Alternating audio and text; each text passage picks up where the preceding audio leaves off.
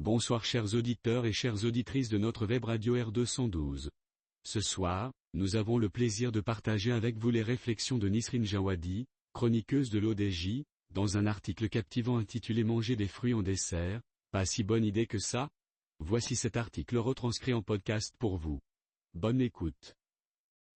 Nisrine Jawadi entame son sujet en expliquant qu'il peut sembler naturel de finir ses repas en mangeant des fruits. Si vous adorez finir vos repas avec une petite touche sucrée en mangeant des fruits, vous pourriez être surpris. En dessert, ils ne sont pas toujours vos meilleurs amis côté digestion.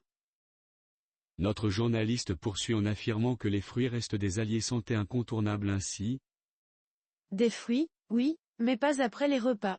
Les fruits sont nos alliés santé par excellence, bourrés de vitamines, fibres et minéraux. Ils jouent un rôle clé dans la prévention de nombreuses maladies comme le cancer ou les troubles cardiovasculaires. Mais, aussi appétissants soient-ils à la fin d'un repas, les fruits en dessert peuvent causer plus de désagréments que de bienfaits. Si vous avez déjà ressenti un certain inconfort après votre salade de fruits, il est temps de comprendre pourquoi. Jawadi explore cette question en précisant les particularités de la digestion des fruits. Une digestion perturbée, l'un des principaux problèmes des fruits consommés après un repas, c'est leur vitesse de digestion. Contrairement aux autres aliments comme les féculents, la viande ou les légumes, qui prennent entre 30 minutes et 5 heures pour être digérés, les fruits, eux, se digèrent beaucoup plus rapidement. Le hic? Quand vous les consommez en dessert, ils se retrouvent coincés derrière le reste de votre repas dans l'estomac.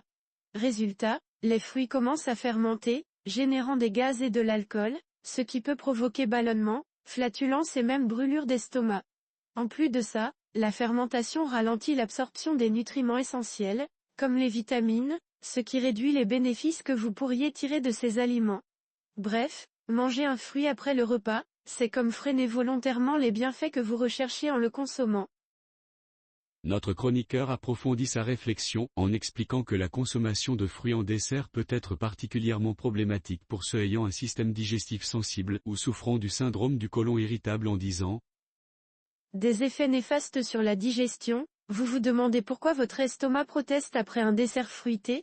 Si vous avez un système digestif sensible ou si vous souffrez du syndrome du côlon irritable, les fruits consommés à la fin du repas peuvent entraîner des douleurs, crampes et autres symptômes désagréables. Pour les personnes qui digèrent plus facilement, l'effet est moindre, mais le risque de ballonnement reste présent. Autrement dit, tout le monde peut en subir les conséquences, à des degrés divers. Jawadi nous invite alors à nous demander, quand est-il idéal de manger des fruits pour éviter ces désagréments? Quel est le meilleur moment pour manger des fruits? Alors, comment profiter des fruits sans perturber votre digestion? Le moment idéal pour les savourer est en dehors des repas. L'idéal serait de les consommer le matin, à jeun, ou au moins 1 heure avant un repas. Vous pouvez aussi en profiter 3 à 4 heures après avoir mangé, lorsque votre estomac est vide. Dans ces créneaux, vos fruits sont digérés rapidement et efficacement, sans provoquer de fermentation gênante. Et si vraiment vous tenez à vos fruits en dessert, privilégiez les cuits. Les fibres des fruits cuits sont plus faciles à digérer et causent moins de troubles intestinaux. Des options comme des poires au four, une compote maison ou des fruits en papillote peuvent donc remplacer sans risque votre salade de fruits habituelle. Jawadi en profite pour élargir son propos aux autres desserts qui nuisent à la digestion. Autres desserts à éviter. Les fruits ne sont pas les seuls à poser problème après un repas. Beaucoup d'autres desserts sont à éviter si vous tenez à votre digestion et à votre santé.